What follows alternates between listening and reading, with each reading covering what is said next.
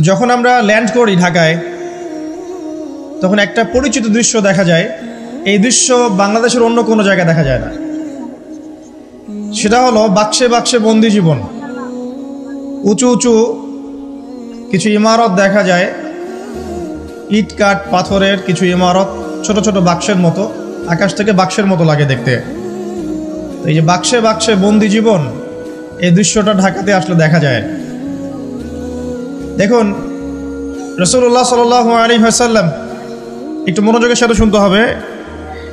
যখন আমরা ল্যান্ড করি তখন কি দেখি হাইলি কনস্ট্রাক্টেড বিল্ডিংস। ঢাকায় আমরা দেখি হাইলি কনস্ট্রাক্টেড বিল্ডিংস।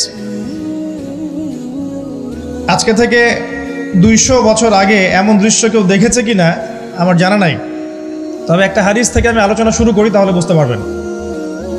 নবী সাল্লাল্লাহু আলাইহি ওয়াসাল্লাম মসজিদে বসে আছেন, মসজিদের মধ্যে, নববীর মধ্যে, এবং হাদিসটা তার ইন্তেকালের অল্প কিছুদিন আগের হাদিস। এটা প্রারম্ভিক সময়ের হাদিস নয়, শেষের দিকের হাদিস। কোরআনের যেমন শানে নজুল আছে, হাদিসেরও কিন্তু শানে নজুল আছে। ঠিক আছে? কোরআনের যেমন শানে নজুল আছে, এক একটা আয়াত এক একটা প্রেক্ষাপটে এসেছে, নাজিল হয়েছে, ঠিক একইভাবে হাদিসেরও কিন্তু শানে নজুল আছে। নবী সাল্লাল্লাহু আলাইহি ওয়াসাল্লামের জীবনের শেষের দিকের হাদিস এটা। তিনি মসজিদে বসে আছেন, একজন ব্যক্তি মসজিদে প্রবেশ করলেন, শুভ্র সাদা কাপড় পরিহিত, ধবধবে সাদা, অতি উত্তম কাপড়, পরিচ্ছন্ন, প্রবেশ করলেন এবং রাসূল সাল্লাল্লাহু আলাইহি ওয়াসাল্লামের হাঁটুর সাথে হাঁটু লাগিয়ে বসলেন। ঠিক আমরা যেমন আত্তাহিয়াতু পড়ার সময় যেভাবে বসি নামাজে, এভাবে। আমার কথা কি বুঝতে পারছেন? আচ্ছা, এবার নবী সাল্লাল্লাহু আলাইহি ওয়াসাল্লামকে তিনি ব্যাক টু ব্যাক 4টা প্রশ্ন করছেন। 1 নম্বর বলছেন, ইয়া মুহাম্মদ, হে মুহাম্মদ সাল্লাল্লাহু আলাইহি ওয়াসাল্লাম, আখবিরনি আনিল ইসলাম, আমাকে ইসলাম সম্পর্কে বলুন। নবীজি বললেন, ইসলাম হচ্ছে কালিমা, আল্লাহ এক সাক্ষ্য দেয়া, নবী মুহাম্মদ সাল্লাল্লাহু আলাইহি ওয়াসাল্লামকে সর্বশেষ রাসূল সাক্ষ্য দেয়া, সালাত কায়েম করা, যাকাত দেয়া, রমাদান মাসে সওম রাখা এবং সামর্থ্য হলে হজ করা, এই হলো ইসলাম। তিনি বললেন, সাদাকতা, আপনি সত্য বলেছেন। ওমর রাদিয়াল্লাহু আনহু বলছেন, ফাআজিবনা লাহু ইয়াসআলুহু ওয়া ইউসাদ্দিকুহু, আমরা তার প্রশ্ন শুনে অবাক হয়ে গেলাম। সে নিজেই প্রশ্ন করছে, নিজেই আবার সত্যায়ন করছে। যে প্রশ্ন করছে সে তো জানার জন্য প্রশ্ন করছে। ছাত্র যদি ওস্তাদের কাছে প্রশ্ন করে যে ওস্তাদ এটা কি, ওস্তাদ বলে এটা এই, তখন সেই ছাত্র যদি বলে যে আপনি সত্য বলেছেন, তার মানে এই ছাত্র আগে থেকে উত্তরটা জানতো, তাই নয় কি? তার মানে এই প্রশ্ন করে আগে থেকেই জানে যে উত্তরটা কি হবে। তো দ্বিতীয় প্রশ্ন করছেন তিনি, বলছেন, আখবিরনি আনিল ঈমান, ঈমান কি, আমাকে ঈমান সম্পর্কে বলুন। নবী সাল্লাল্লাহু আলাইহি ওয়াসাল্লাম বলছেন, ঈমান হচ্ছে 6টা বিষয় বিশ্বাস করা। তুমিনা বিল্লাহ, আল্লাহ বিশ্বাস করবে, ওয়া মালাইকাতিহি, তার ফেরেশতা মণ্ডলীর প্রতি, ওয়া কুতুবিহি, তার সমস্ত আসমানি কিতাবের প্রতি, ওয়া রুসুলিহি, তার সমস্ত রাসূলগণের প্রতি, ওয়াল ইয়াউমিল আখির, পরকালের প্রতি, ওয়াল কদরি খাইরি ওয়া শাররি, তাকদীরের ভালো মন্দের প্রতি। এই 6টা পিলারে বিশ্বাস করলে আপনি মুমিন হলেন। প্রশ্নকারী বলছে, সাদাকতা, আপনি সত্য বলেছেন। আবারও তৃতীয় প্রশ্ন করছেন, আখবিরনি আনিল ইহসান, হে মুহাম্মদ সাল্লাল্লাহু আলাইহি ওয়াসাল্লাম, আমাকে ইহসান সম্পর্কে বলুন, ইহসান কি জিনিস? নবী সাল্লাল্লাহু আলাইহি ওয়াসাল্লাম বলছেন, ইহসান হচ্ছে আনতা আবুদাল্লাহা কাআন্নাকা তারাহ, তুমি এমনভাবে আল্লাহর ইবাদত করবে যেন তুমি আল্লাহকে দেখতে পাচ্ছ। ওয়া ইল্লাম তাকুন তারাহু ফাইন্নাহু ইয়ারাক, যদি তুমি আল্লাহকে দেখতে না পারো, জেনে রাখবে আল্লাহ ঠিকই তোমাকে দেখছেন। এই আল্লাহ কনসিয়াসনেসের নাম হচ্ছে ইহসান। কি নাম? ইহসান। ইসলামের ভিত্তি পেলাম 5টা, ইমানের কয়টা পেলাম? 6টা। আর ইহসানের ব্যাখ্যা কি পেলাম? আল্লাহ কনসিয়াসনেস, মানে আল্লাহকে হাজির নাজির জেনে ইবাদত করা। কেউ যদি আল্লাহকে হাজির নাজির জেনে ইবাদত করে, সে কিন্তু পাপ করতে পারবে না, তার নামাজে মনোযোগ কিন্তু ডানে বামে যাবে না ইনশাআল্লাহ। তো তিনি বললেন, সত্য বলেছেন আপনি। এবার চতুর্থ প্রশ্ন করছেন তিনি, যে আখবিরনি আনিস সাআ, আমাকে কিয়ামত সম্পর্কে বলুন, কিয়ামত কবে হবে? তখন নবী সাল্লাল্লাহু আলাইহি ওয়াসাল্লাম বলছেন, মাল মাসউলু আনহা বিআ'লামা মিনাস সাইল, এই বিষয়ে প্রশ্নকারীর চেয়ে উত্তরদাতার জ্ঞান বেশি নয়। এই বিষয়ে প্রশ্নকারীর চাইতে উত্তরদাতার জ্ঞান বেশি নয়, মানে কেউই জানে না কিয়ামত এক্স্যাক্টলি কবে হবে। তখন প্রশ্নকারী থেমে যাচ্ছেন না, প্রশ্নকারী আবার প্রশ্ন করছেন, 5 নম্বর প্রশ্ন, যে ফাখবিরনি আন আমারাতিহা, তাহলে আমাকে কিছু আলামত বলেন কিয়ামতে কিছু আলামত বলেন। নবী সাল্লাল্লাহু আলাইহি ওয়াসাল্লাম অনেক আলামত বলতে পারতেন কিন্তু, এবং তিনি বলেছেনও, সারা জীবনে তিনি অসংখ্য আলামত বলেছেন।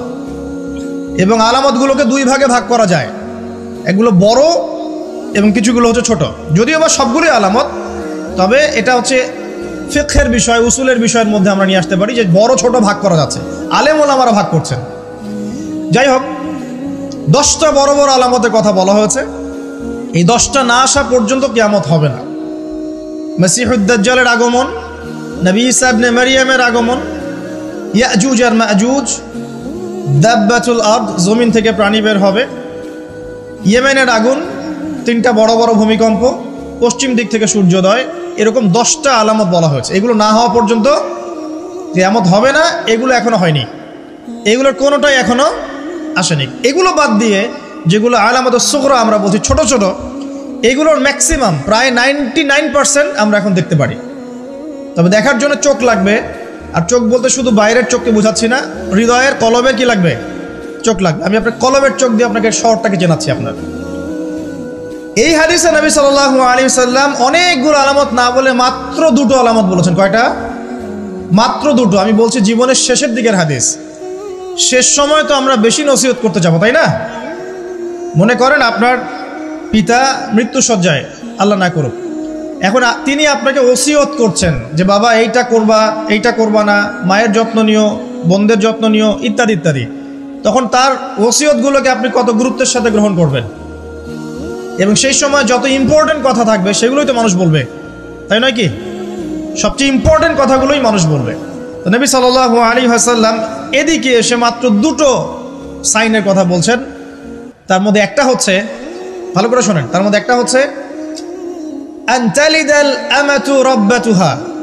যখন তুমি দেখবে, প্রশ্নকারীকে বলছে, যখন তুমি দেখবে যে দাসী তার মনিবকে জন্ম দিচ্ছে, দাসী তার মনিবকে জন্ম দিচ্ছে, মানে দাসী কিভাবে মনিবকে জন্ম দিতে পারে? দাসী কি মনিবকে জন্ম দিতে পারে? উত্তর, এখানে 3টা ব্যাখ্যা হতে পারে। কয়টা ব্যাখ্যা? 3টা। এছাড়াও আরও ব্যাখ্যা হতে পারে, হয়তো আল্লাহ পাক সেটা আমাদের জেহেনে হয়তো এখনো দেন নাই, হয়তো এমন কেউ আসবে পরবর্তী জেনারেশন, তারা হয়তো আরও ব্যাখ্যা করতে পারবে। তবে 3টা ব্যাখ্যা এখন পাওয়া যায়। 1 নাম্বার, দাসী তার মনিবকে জন্ম দিবে অর্থ হচ্ছে পিতা মাতার সাথে দাস দাসীর মতো আচরণ করা হবে, এবং এটাও কিন্তু কিয়ামতের আগের একটা বড় নিদর্শন যে পিতা মাতার সাথে দাস দাসীর মতো আচরণ করা হবে, এবং যেটা এখন হচ্ছে। আমরা দেখছি পিতা মাতার অধিকার তারা পাচ্ছে না, সন্তানদের হাতে নির্যাতনের শিকার হচ্ছে, বৃদ্ধাশ্রমে থাকতে হচ্ছে। সারা জীবন যে সন্তানকে বড় করলো, আজকে সেই সন্তান তার ওই যে কাফনের টাকা পর্যন্ত দিতে যাচ্ছে না, মারা গেছে লাশটা পর্যন্ত নিতে আসে না, এমন হচ্ছে না? এবং বস্তুবাদী শহরগুলোতে তো এটা বেশি, আর আমাদের শহরটা বস্তুবাদী না। তো আমাদের শহরে মানুষ বস্তুবাদী না? মানুষ বস্তুবাদী, কেউ অন্যের দিকে তাকানোর সময় নাই। এটা বোঝার জন্য আপনাকে ফ্লাইওভারে উঠতে হবে। ফ্লাইওভারে উঠে দাঁড়িয়ে থাকেন, দেখেন মানুষ ছুটছে নিজের চরকায় তেল দেওয়ার জন্য, কারো দিকে তাকানোর সময় নাই। এই সকাল থেকে শুরু হয়, রাত একদম 3টা 4টা পর্যন্ত এটা চলছে, সারাদিন 24/7। উদ্দেশ্য কি? দুনিয়া।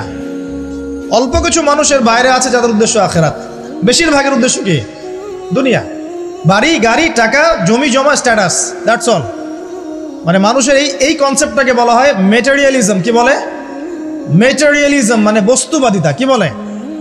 কথা বলেন। বস্তুবাদিতা। এই বস্তুবাদী সভ্যতা কারা ছিল? ওই যে পশ্চিমারা, ইউরোপিয়ান সিভিলাইজেশন, এরা সবাইকে বস্তুবাদিতা শিখিয়েছে। মুমিনের চিন্তা থাকে পরকাল কেন্দ্রিক, যে কাজে পরকালের স্বার্থ আছে আমি সেই কাজ করব, যেই কাজে পরকালের স্বার্থ নয় আমি করব না, এটা মুমিনের চিন্তা।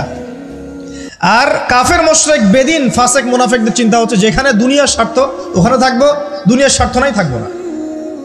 এই যে দুনিয়ার স্বার্থে মানুষের সারাটা জীবন ক্ষয় করে দেয়া, এর নাম বস্তুবাদিতা, মেটেরিয়ালিজম বলে এটাকে। যাই হোক, আমাদের শহরের বেশিরভাগ মানুষ কি বস্তুবাদী না? এখন সবাই দেখবেন, আমি বুঝাচ্ছি, আমি যতটা পারছি সহজ করার চেষ্টা করছি। ম্যাক্সিমাম আমাদের শহরের মানুষ এখন বস্তুবাদী। সবার চিন্তা একটাই, দুনিয়া, দুনিয়া আর দুনিয়া। যেই দুনিয়া সম্পর্কে নবী সাল্লাল্লাহু আলাইহি ওয়াসাল্লাম বলেছেন, একটু শোনেন, যে মনে করেন এটা একটা মহাসাগর। নবী সাল্লাল্লাহু আলাইহি ওয়াসাল্লাম বলছেন এখানে একটা আঙ্গুল ঢুকিয়ে দাও, দিয়ে বের করো। এই আঙ্গুলে যতটুকু পানি আছে এটা দুনিয়া, আর এই পুরো মহাসাগরে যত পানি আছে এটা পরকাল।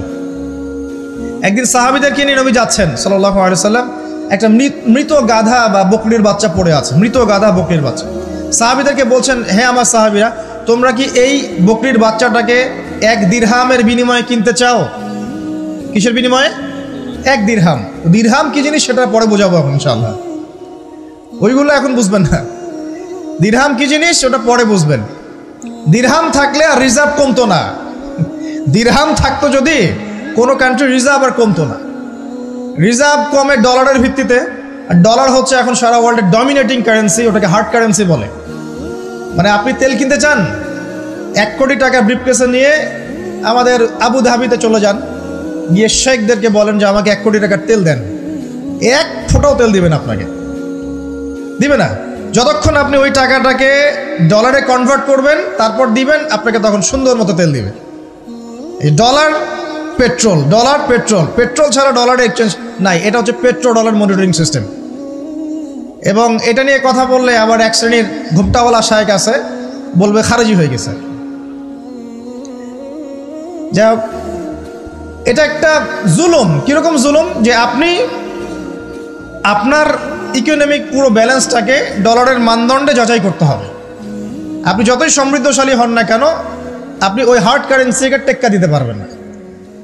আপনার কাছে গোল্ড আছে মনে করেন, সোনা, এখন সোনাটাকে আপনি যে ভাঙাবেন, ভাঙিয়ে যে মানে কান্ট্রির অন্যান্য ডেভেলপমেন্টের কাজে লাগাবেন, তার জন্য ডলারের সিঁড়ি পার হয়ে যেতে হবে আপনাকে। অথচ এই দিনার এবং দিরহাম রাসূল সাল্লাল্লাহু আলাইহি ওয়াসাল্লামের যুগের কারেন্সি ছিল, দিনার দিরহাম, যার ইন্ট্রিনসিক ভ্যালু বা অন্তর্নিহিত মান কখনো কমে যাবে না।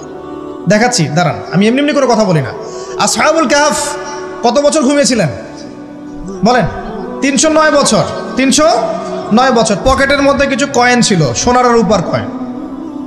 এই এলাকা ছেড়ে চলে গেছে, গুহার মধ্যে ঘুমিয়েছে, রাত কাটাবে। আল্লাহ পাক ঘুম পাড়িয়ে রেখেছেন 309 বছর। 309 বছর ঘুম থেকে ওঠার পর তারা বলছে, কেম লাবিস্তুম, তোমরা কতদিন ঘুমিয়েছো? একজন বলছে লাবিস না ইয়াওমান আও বা'দা ইয়াওম, একদিন ঘুমিয়েছি বা একদিনের কিছু অংশ ঘুমিয়েছি। ঠিক আছে, ঘুম থেকে উঠেছে, এখন ক্ষুধার্ত আমরা, যাও এই মুদ্রাগুলো নিয়ে বাজারে যাও, বাজারে গিয়ে দেখো, আই ফালয়ানজুর আইয়ুহা আসকা তুআমা, খেয়াল করে দেখো কোন খাবারটা উত্তম পবিত্র, ওটা নিয়ে আসো। তো 309 বছর একটা মুদ্রা নিয়ে ঘুমানোর পরেও মুদ্রার মান কমে যায়নি। ওই টাকা দিয়ে ঠিকই রুটি কেনা গেছে। এখন আপনি আপনার কারেন্সিগুলো নিয়ে 309 বছর ঘুমানো লাগবে না, আপনি 10 বছর ঘুমান। 10 লাখ টাকা নিয়ে 10 বছর ঘুমান। 10 লাখ টাকার মান যদি 9 লাখ টাকায় না নেমে আনছে, তাহলে আমি নাম বদলাই ফেলাবো। এখন 1 লাখ, দাঁড়ান ঠিক বলেন না, দাঁড়ান, বোঝেন আগে। এখন এই যে 1 লাখ টাকার মানটা হারালেন আপনি, 1 লাখ টাকার মানটা আপনি হারিয়ে ফেললেন। তো ওই 1 লাখ টাকা আর্ন করার জন্য আপনাকে শ্রম দিতে হয়নি? আপনার মাথার ঘাম পায়ে ফেলতে হয়েছে না? তাহলে আপনার শ্রমটা গেল কোথায়? তাহলে কেউ আপনার শ্রমটা লুটে পুটে খেয়ে ফেললো।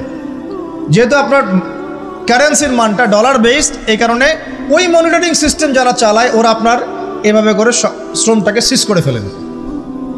আমি যদি আপনাকে আমার ফার্মে কাজ করিয়ে সারাদিন কাজ করানোর পরে আপনাকে কোনো পারিশ্রমিক না দেই, শ্রমের কোনো মূল্য না দেই, আপনি আমাকে জালেম বলবেন না? বলবেন কি না? ঠিক এই কারণে আমরা বলছি এই মনিটরিং সিস্টেমটাই জুলুম। আর নবীজি বলছে, দিনারের কথা বলছেন, দিরহামের কথা বলছেন। এটা যদি আপনার পকেটে থাকতো 309 বছর কেন, 1000 বছর পর উঠলে ওটার মান সেটাই থাকবে, কমতো না। এই হলো ইসলামিক কারেন্সি।